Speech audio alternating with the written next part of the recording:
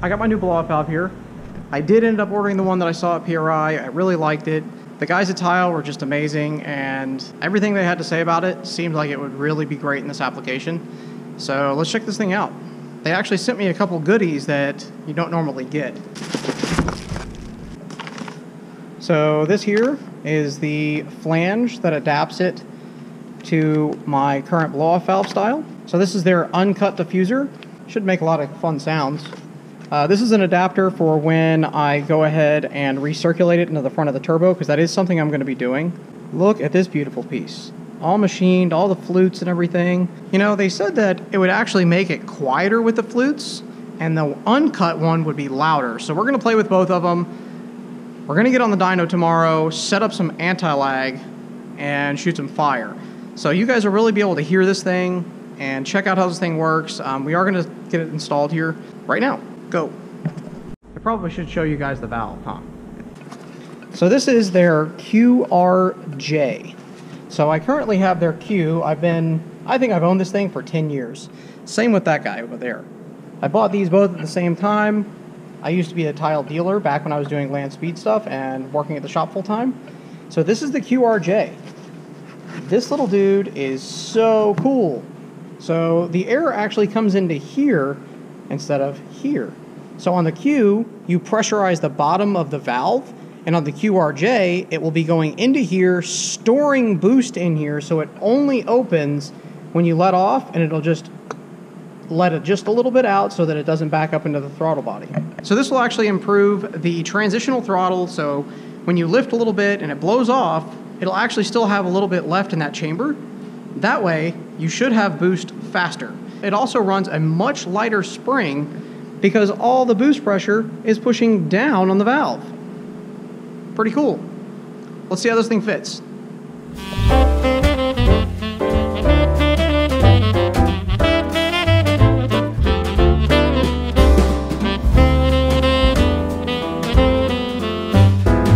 thing that I'm really stoked about on this blow-off valve is that everything's modular. So you have different types of fittings that just screw in and out of this guy, so it makes it super easy to adapt to however you're going to be using it.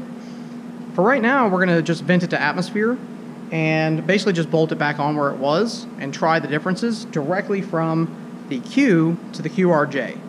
So I just need to thread in our fitting, or thread in our adapter that will mate it up just like this guy. So we have one of those like this. It's great, it just screws in. Super easy.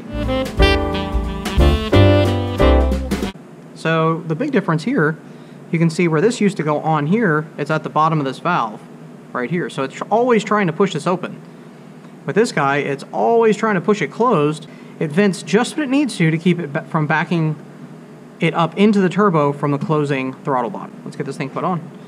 Luckily, O-ring's good. I think we should probably put the pick an outlet flange first.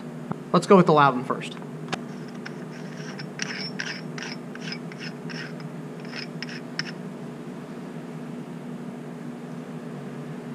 Yeah, very cool.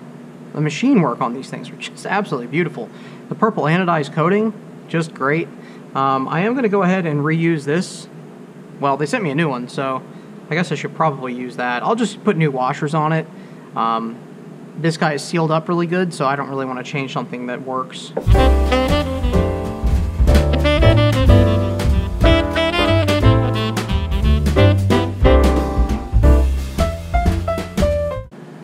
That's that. Make sure this guy is tight. Oh yeah. So they gave us all new hardware and 2 new crush washers and a nice new fitting here. These things are just beautiful. Look at the machine work on this thing. So beautiful. Nice heavy barbs, keep it from slipping off. I am going to go ahead and just reuse this barb, but I am going to put the new seals and the new bolt in there. All made in the USA too, guys. It's kind of nice. Support local people. Alright, so you see you got 2 gaskets here. They're little aluminum crush gaskets. Make sure you put only one on the top and one on the bottom.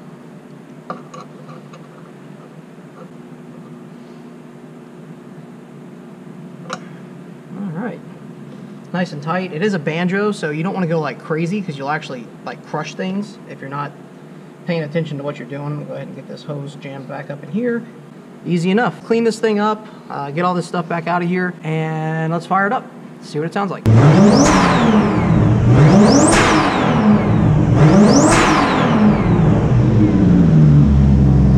Well, it's definitely loud.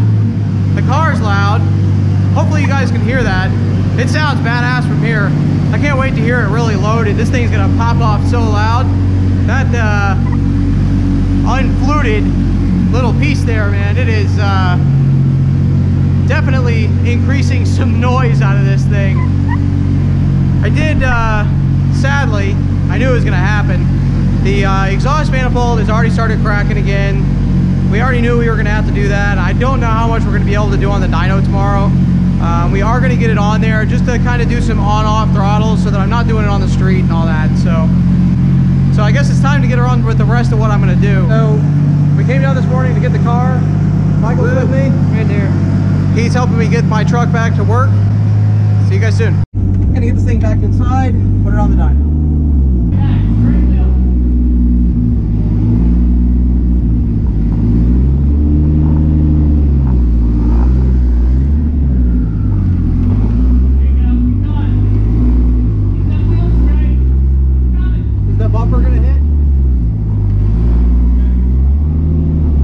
So we got the car on the dyno. We got Brad, Jake, and Thomas. They're going to be helping me kind of dial in the anti-lag on this thing. So if you guys aren't familiar with anti-lag, it's basically a fuel and ignition change for when you decelerate. When that happens, it creates little explosions in the exhaust manifold to spool the turbo when you're not on the gas. So that's what we're going for. We're going to try to make some pops and bangs and all kinds of fun stuff. So here we go. We're going to warm the car up.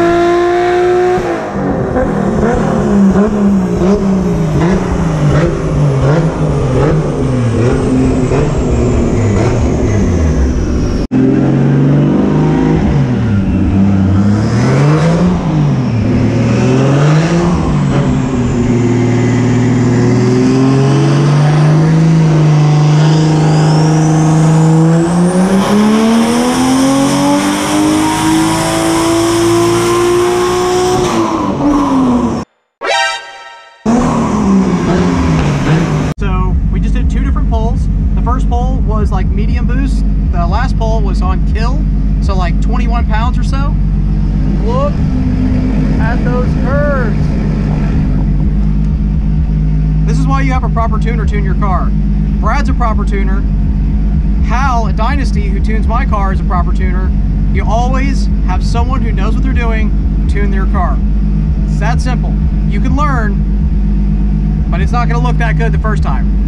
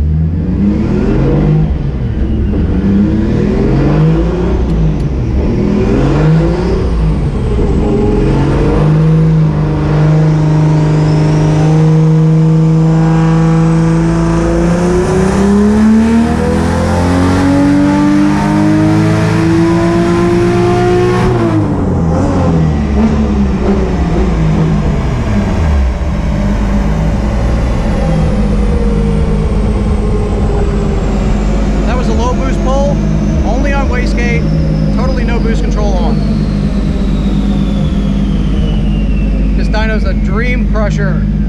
Makes you feel bad about your car. Guys, so we went ahead and pulled up all 3 runs, low, medium, and high boost. This really puts it into perspective the way that the boost comes on and how the car makes power.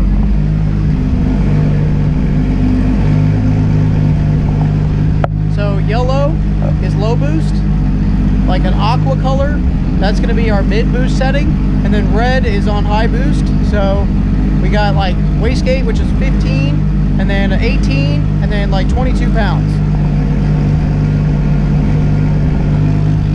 Pretty cool to see the differences. Everything's controlled right here. We just have the laptop out because we're nerds and we like to watch data. That is what it is. On the fly boost control makes life so much easier. Low, medium, high, done. If I got too much grip, turn it up. Nope, you don't have to get out. You don't have to get out or anything. Just click, click, click, more power. Pretty cool. All right, guys, so I'm gonna go ahead and wrap the video up now. I really hope you enjoyed checking out the QRJ, listening to all the fun sounds it makes. It definitely makes a difference. It's a really cool piece. And I know you guys enjoyed seeing flames and stuff on the dyno. Check out some settings on the computer.